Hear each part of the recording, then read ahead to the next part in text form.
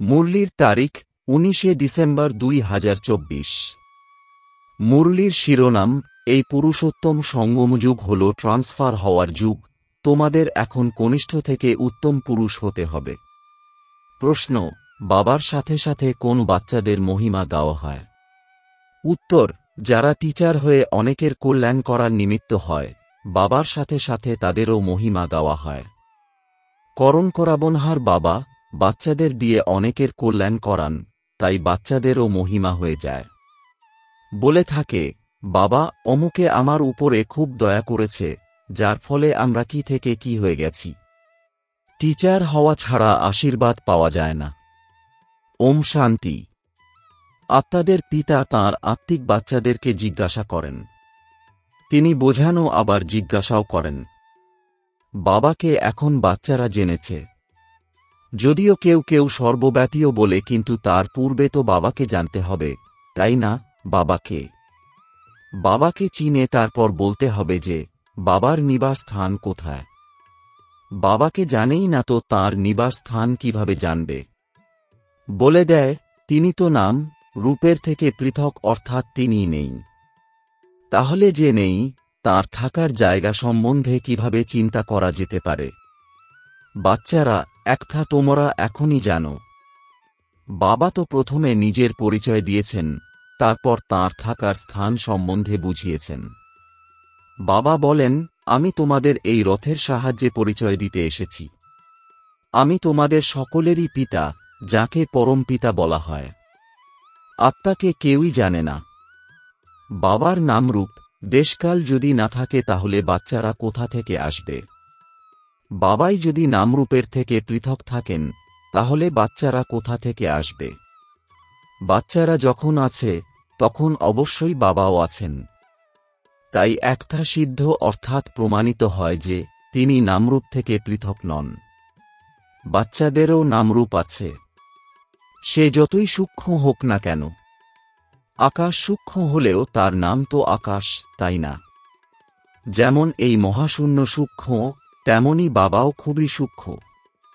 বাচ্চারা বর্ণনা করে, এ এক ওয়ান্ডারফুল তারা, যিনি এনার মধ্যে প্রবেশ করেন, যাকে আত্মা বলা হয়।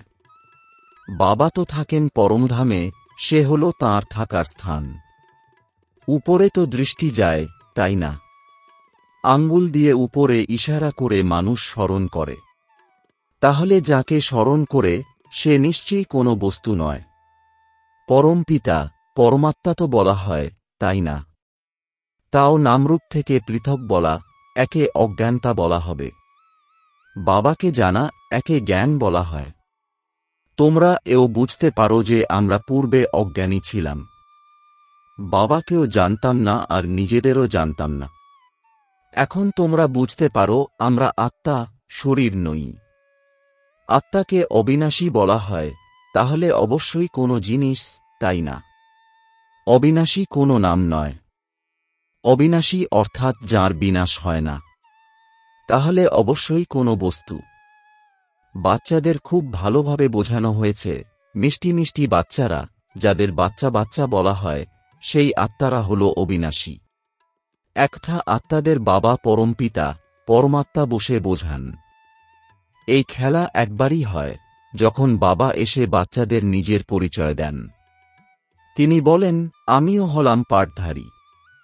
আমি কিভাবে পার্ট প্লে করি, একটাও তোমাদের বুদ্ধিতে আছে। তিনি পতিত আত্মাদের নতুন পবিত্র বানান, তাই তোমরা ওখানে শরীরও ফুলের মতো পাও। একটা তো বুদ্ধিতে আছে, তাই না? তোমরা এখন বাবা বাবা বলে থাকো, এখন এই পার্ট চলছে, তাই না? আত্মা বলে বাবা এসেছে আমাদের, অর্থাৎ বাচ্চাদের শান্তিধামে নিজের ঘরে ফিরিয়ে নিয়ে যাওয়ার জন্য। শান্তিধামের পরে হল সুখধাম। শান্তিধামের পরে দুঃখধাম হতে পারে না।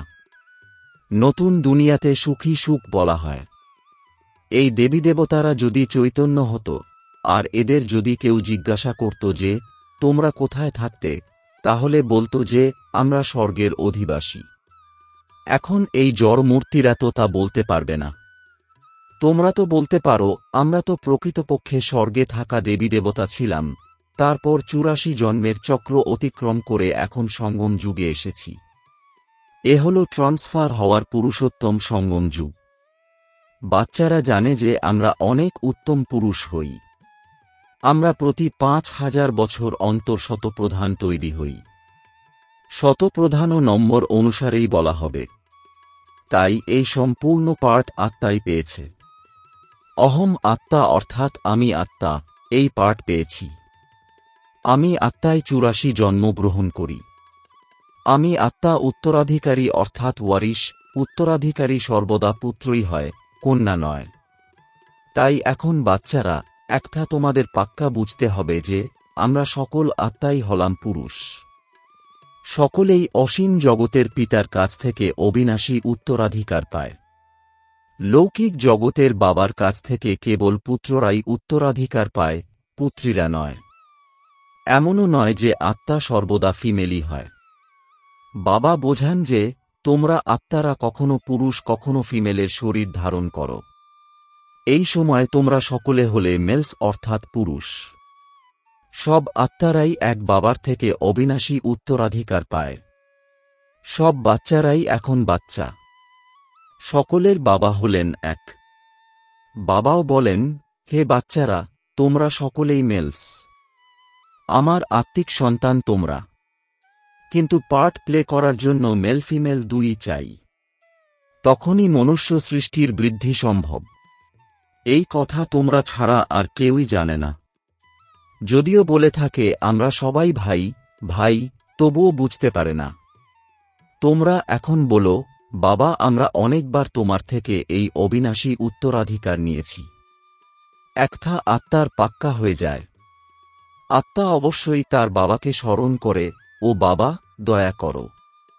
বাবা এখন তুমি এসো, আমরা সকলেই তোমার সন্তান হব। দেহ সহ দেহের সব সম্বন্ধ ত্যাগ করে আমরা আত্মারা তোমাকেই স্মরণ করব। বাবা বুঝিয়েছেন যে নিজেকে আত্মা মনে করে, আমি তোমাদের বাবা, তোমরা আমাকে স্মরণ করো। বাবার থেকে আমরা কিভাবে অবিনাশী উত্তরাধিকার পাই, আর প্রতি ৫,০০০ বছর অন্তর আমরা কিভাবে দেবতায় পরিণত হই, এও তো জানা চাই, তাই না? স্বর্গের উত্তরাধিকার কার থেকে পাওয়া যায়, এ তোমরা এখনই বুঝতে পারো। বাবা তো স্বর্গবাসী নন, তিনি বাচ্চাদেরই স্বর্গবাসী করেন। তিনি নিজেই নরকে আসেন, তোমরাও বাবাকে এই নরকেই ডাকো যখন তোমরা তমপ্রধান হও। এ তো তমপ্রধান দুনিয়া, তাই না? ৫,০০০ বছর পূর্বে যখন এনার রাজ্য ছিল, তখন এই দুনিয়া শতপ্রধান ছিল। এই কথা, এই ঈশ্বরীয় পড়া এখনই তোমরা জানতে পারো। এ হল মানুষ থেকে দেবতা হওয়ার পড়া। এ কথা বলা হয় যে মানুষ থেকে দেবতা হতে সময় লাগে না, বাচ্চা হলে আর উত্তরাধিকারী হয়ে গেলে বাবা বলেন, তোমরা সমস্ত আত্মারা আমার সন্তান। তোমাদের আমি অবিনাশী উত্তরাধিকার প্রদান করি। তোমরা হলে ভাই ভাই, তোমাদের থাকার জায়গা হল মূলবতন বা নির্বাণধাম, যাকে নিরাকারী দুনিয়াও বলা হয়। সমস্ত আত্মারাই সেখানে থাকে।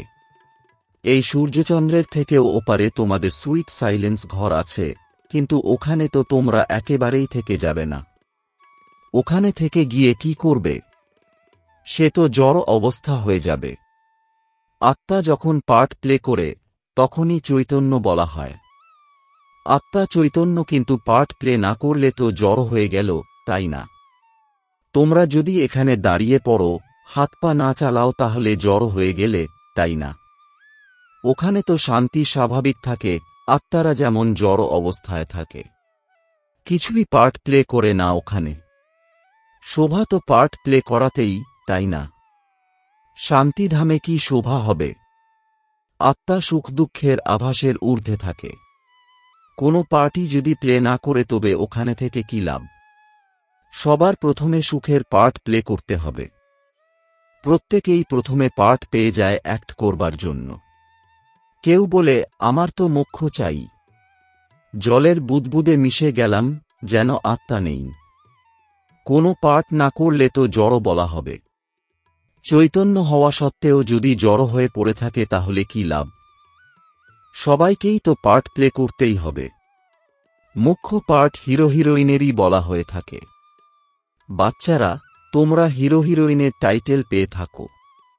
আত্মা এখানে পার্ট প্লে করে। প্রথমে সুখের রাজ্যে পার্ট প্লে করে পরে রাবণের দুঃখের রাজ্যে যায়। বাবা এখন বলেন, বাচ্চারা, তোমরা সবাইকে এই বার্তা দাও।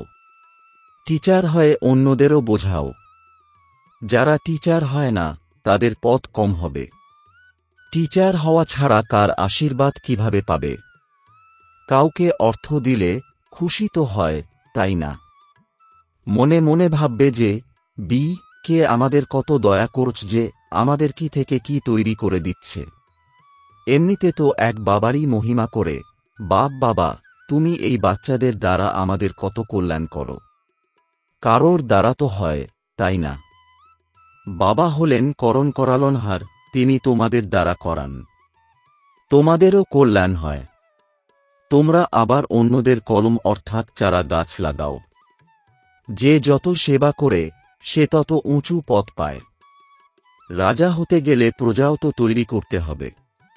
এরপর যে ভালো নম্বরে আসে সেও রাজা হয়। মালা তো তৈরি হয়, তাই না? নিজেকে প্রশ্ন করা উচিত, আমরা মালায় কত নম্বরে আসব? 9 রত্ন তো মুখ্য, তাই না? মাঝে যিনি, তিনি হীরে তৈরি করেন। হীরেকে মাঝে রাখা হয়। মালার উপরে তো ফুলও আছে, তাই না? অন্তিম সময়ে তোমরা জানতে পারবে কে মুখ্য দানা হবে, যে এই সাম্রাজ্যে আসবে। পরের দিকে তোমাদের অবশ্যই সব সাক্ষাৎকার হবে। তোমরা দেখতে পাবে কিভাবে এরা সব সাজা ভোগ করে। শুরুতে দিব্য দৃষ্টিতে তোমরা সূক্ষ্মবতনে দেখতে। এও হল গুপ্ত। আত্মা কোথায় সাজা ভোগ করে, এই ড্রামাতে পার্ট রয়েছে। গর্ভ জেলে আত্মা সাজা ভোগ করে। জেলে ধর্মরাজকে দেখে তখন বলে বাইরে বের করো। রোগ ইত্যাদি হয়, সেও কর্মের হিসাব, তাই না? এসবই বোঝার মতো কথা। বাবা তো রাইটই শোনাবেন, তাই না? এখন তোমরা সেই রাইটায়াস তৈরি হও। রাইটায়াস তাদেরই বলা হয় যারা বাবার থেকে অনেক শক্তি নিয়ে থাকে। তোমরা তো বিশ্বের মালিক হও, তাই না? তোমাদের কত শক্তি থাকে। হাঙ্গামা ইত্যাদির কোনো কথাই নেই। শক্তি কম হলে কত হাঙ্গামা হয়ে যায়। বাচ্চারা, তোমরা অর্ধকল্পের জন্য শক্তি পাও, তাও পুরুষার্থের নম্বর অনুসারে। তোমরা একরকম শক্তি পেতে পারো না আর একরকম পদও পেতে পারো না। এও প্রথম থেকেই নাটকে নিহিত আছে। এই অনাদি ড্রামায় নিহিত রয়েছে। কেউ কেউ পরের দিকে আসে, 1 বা 2 জন্ম নেয়, তারপর শরীর ত্যাগ করে। দীপাবলিতে যেমন মশা অর্থাৎ শ্যামা পোকা রাতে জন্ম নেয় আবার সকালে মরে যায়। এ তো অগুন্তি হয়। মানুষের তো তবুও গণনা হয়। প্রথম দিকে যে আত্মারা আসে তাদের আজু কত বেশি থাকে। বাচ্চারা, তোমাদের খুশি হওয়া উচিত যে আমরা কত বেশি আজু পাব। তোমরা এই সৃষ্টিচক্রে সম্পূর্ণ পার্ট প্লে করো। বাবা তোমাদেরই বোঝান যে তোমরা কিভাবে সম্পূর্ণ সৃষ্টিচক্রে পার্ট প্লে করো। এই ঈশ্বরীয় পাঠ অনুসারে উপর থেকে তোমরা আসো পার্ট প্লে করতে। তোমাদের এই পাঠ হল নতুন দুনিয়ার জন্য। বাবা বলেন, আমি তোমাদের অনেকবার পড়াই। এই পাঠ অবিনাশী হয়ে যায়। অর্ধেক কল্প তোমরা প্রালব্ধ ভোগ করো। ওই বিনাশী পাঠে অল্পকালের জন্য সুখ ভোগ করা যায়।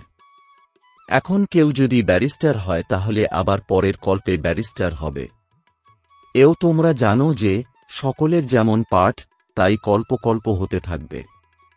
দেবতা হোক বা শূদ্র, প্রত্যেকের পাঠ তেমনই হয় যা কল্প হতে থাকে। এতে কোনো তফাৎ হতে পারে না। প্রত্যেকেই নিজের নিজের পাঠ প্লে করতে থাকে। এ সম্পূর্ণ এক বানানো খেলা। মানুষ জিজ্ঞেস করে পুরুষার্থ বড় নাকি প্রালব্ধ। এখন পুরুষার্থ ছাড়া তো প্রালব্ধ লাভ সম্ভব নয়। পুরুষার্থের আধারে প্রালব্ধ লাভ হয় ড্রামা অনুসারে।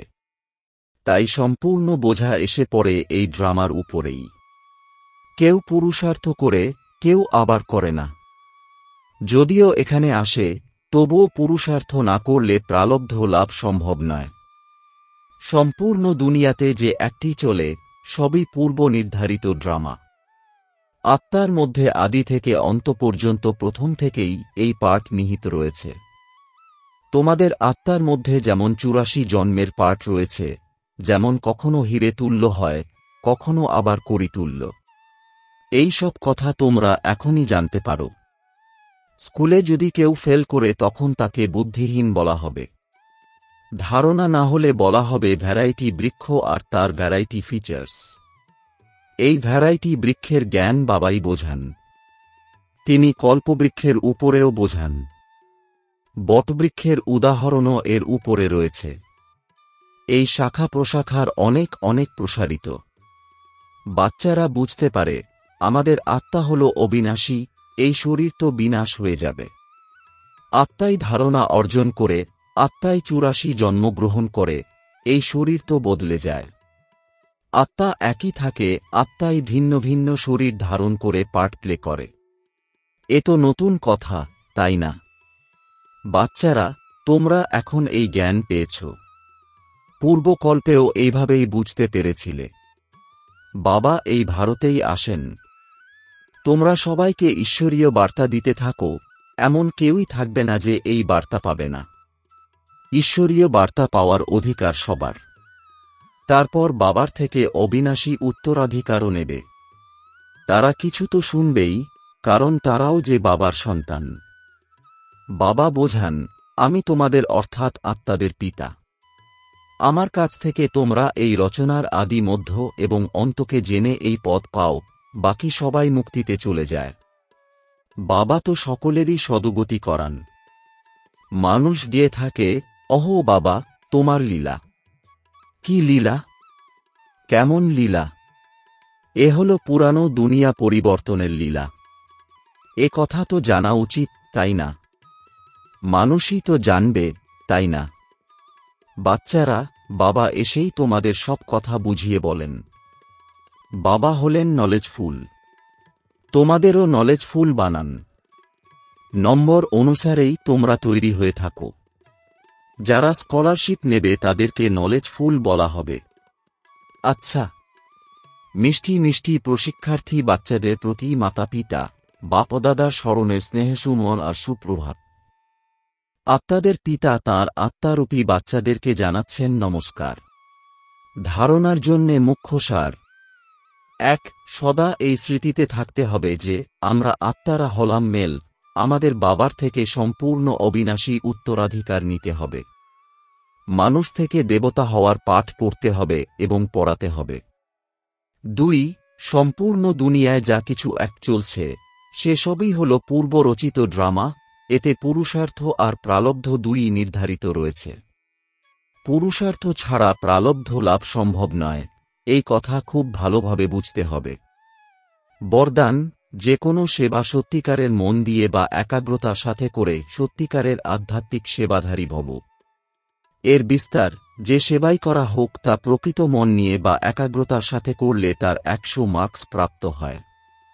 সেবাতে যেন বিরক্তি না আসে, সেবা করতে হয় তাই করছি, এরকম যেন না হয়।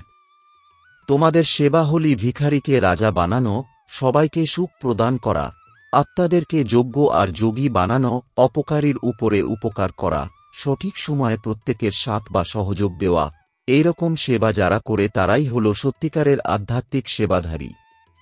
স্লোগান, পবিত্রতাই হল ব্রাহ্মণ জীবনের নবীনত্ব, এটাই হল জ্ঞানের ফাউন্ডেশন। ওম শান্তি।